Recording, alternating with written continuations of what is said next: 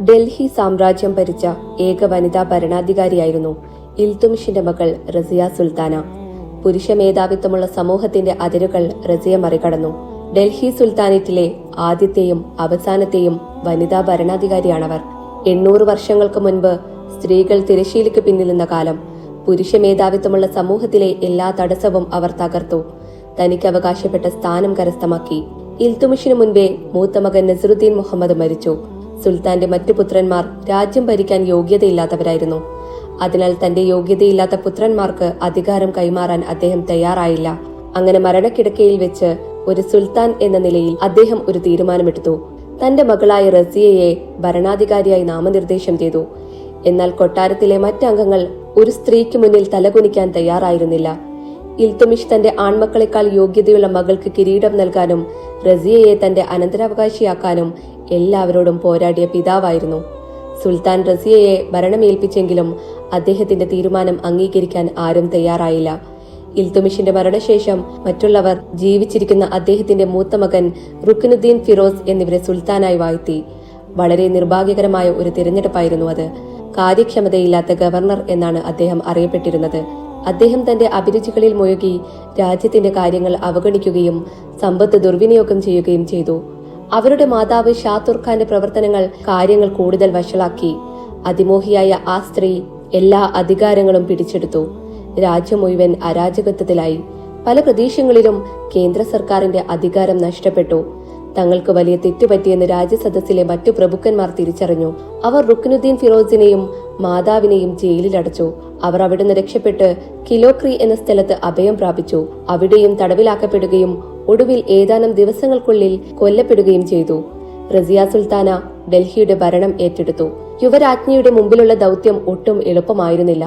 രാജ്യത്തിന്റെ വസീർ മുഹമ്മദ് ജുനൈദിക്കും മറ്റു ചില പ്രഭുക്കന്മാർക്കും ഒരു സ്ത്രീയുടെ കീഴിൽ ജോലി ചെയ്യുന്നത് പൊരുത്തപ്പെടാൻ കഴിഞ്ഞില്ല.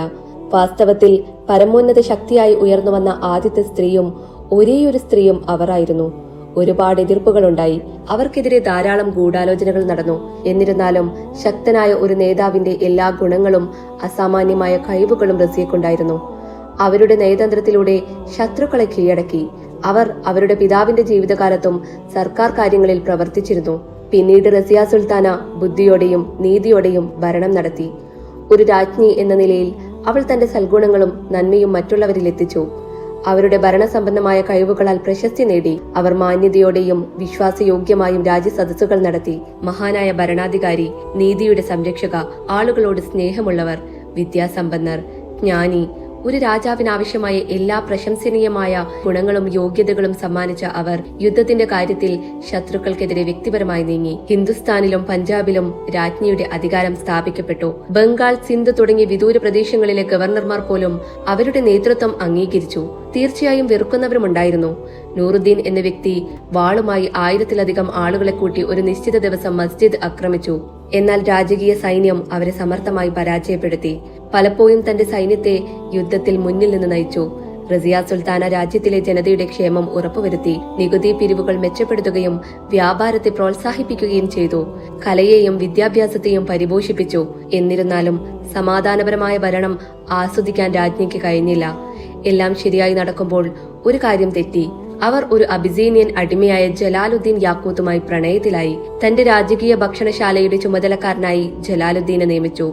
ഏത് തീരുമാനവും എടുക്കാൻ അധികാരമുള്ള രാജ്യത്തിന്റെ സുൽത്താനായ രാജ്ഞിയെ സ്വന്തം ജീവിത പങ്കാളിയെ തിരഞ്ഞെടുക്കാൻ ആരും അനുവദിച്ചില്ല. രാജ്യസദസ്സിലെ മറ്റു പ്രഭുക്കൾ അസ്വസ്ഥരായി.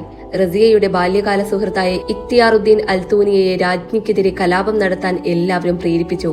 അങ്ങനെ കലാപം അടിച്ചമർത്താൻ രാജ്ഞി ഒരു വലിയ സൈന്യവുമായി നീങ്ങി. പക്ഷെ നിർഭാഗ്യവശാൽ റസിയ പരാജയപ്പെട്ടു. അവരുടെ കാമുകൻ ജലാലുദ്ദീൻ കൊല്ലപ്പെടുകയും റസിയയെ ജയിലിൽ അടക്കപ്പെടുകയും ചെയ്തു.